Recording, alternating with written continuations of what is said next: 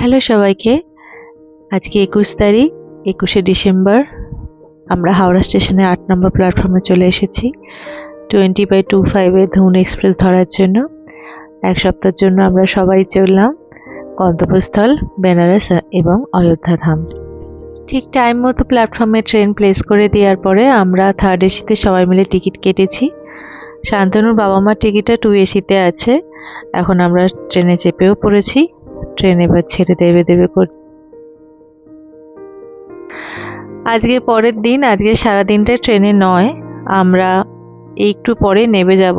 11টা 20-তে time, দেখা যাক কখন ঢোকায়। ভীষণ কুয়াশা, ভর্তি কুয়াশা। কাশি ঢোকার পথে এই যে একটা ব্রিজ পড়ে, সেই ব্রিজটারই একটা ছবি তুলেছি আমি। ফাইনালি আমরা বারাণসী স্টেশনে নেমে পড়েছি। ট্রেন 30 মিনিট মতো লেট ছিল। এখন আমরা একটা টোটো ভাড়া করে আমাদের যে হোটেল বুক করেছি সেখানে যাব, কিন্তু এটা তো প্লাটিনাম মল অবধি নামিয়ে দিচ্ছে। এখান থেকে হেঁটে হেঁটে গোধুলিয়া চৌরাহা অবধি যেতে হবে। সেই গোধুলিয়া চৌরাহা থেকে আবার হেঁটে দশাশ্বমেধ ঘাটের কাছে আমাদের হোটেল বুক আছে, হোটেল নয় লজ। গোধুলিয়া চৌরাহায় পৌঁছে গেলাম। এখান থেকে আরও যেতে হবে দশাশ্বমেধ ঘাটের দিকে। সেখানে আমাদের লজ, প্রকাশ লজ নিয়েছি। মা তো একটু হাঁটতে পারবে না, তাই মাকে একটা হুইল চেয়ার করে দিয়েছি। হুইল চেয়ার করে মাকে নিয়ে যাওয়া হচ্ছে। আমরা সবাই হেঁটে হেঁটেই দশাশ্বমেধ ঘাটের দিকে যাচ্ছি। যাওয়ার পথে রাস্তা, অনেক লোক যাতায়াত করছে। ঠিক দুই ধারে মার্কেট, এখানে অনেক হোটেলও আছে। ভালোই লাগছে, বেশ ঠান্ডায় হাঁটতে খুব সুন্দর লাগছে। বেনারস ঐতিহ্যপূর্ণ শহর বলে কথা, কত পুরানো শহর এই বেনারস। পৌঁছে গেলাম দশাশ্বমেধ বোর্ডিং হাউস। ঠিক এর উল্টো দিকেই আছে দেখুন আমাদের এই লজটা, যেটার নাম হচ্ছে প্রকাশ লজ। চলুন লজে ঢোকা যাক। লজে এসে গেছি। এখন আমাদের রুমে আমার ছেলে বসে আছে।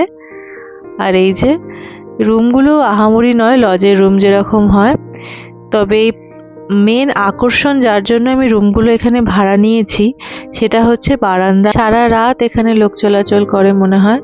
এখনই প্রচুর লোক, ভালো লাগছে বেশ, একদম রাস্তার ধারে লজটা। দুপুরবেলা খাওয়া দাওয়া করে একটু রেস্ট নিয়ে বিকালবেলা এখন 5টা মতো বাজে, আমরা ঘাটে চলে এসেছি। ঘাটে একটা বড় বোট করব, বোটে করে গঙ্গা আরতি দেখবো দশাশ্বমেধ ঘাটে। তারপর ওরাই বলেছে 64টা ঘাট আমাদের ঘুরিয়ে দেখাবে। এটা আমার প্রথম এক্সপিরিয়েন্স হবে, দেখা যাক কেমন হয়। সামনে ওই জয় জগন্নাথ বোটে আমরা এখন চাপবো। চেপে এবার ঘোরা যাক, দেখা যাক কেমন লাগে আমাদের। আমি আগে অনেক ছোটবেলায় বেনারস এসেছি, তখন আমার খুব ভালো করে মনেও নেই। তবে এখন তো অনেক চেঞ্জ হয়ে গেছে। আগে হয়তো এত নৌকাও ছিল না, এত বোটও ছিল না। সময় যেতে যেতে অনেক কিছু চেঞ্জ হয়। বোটে সবাই মিলে বসেও পড়েছি।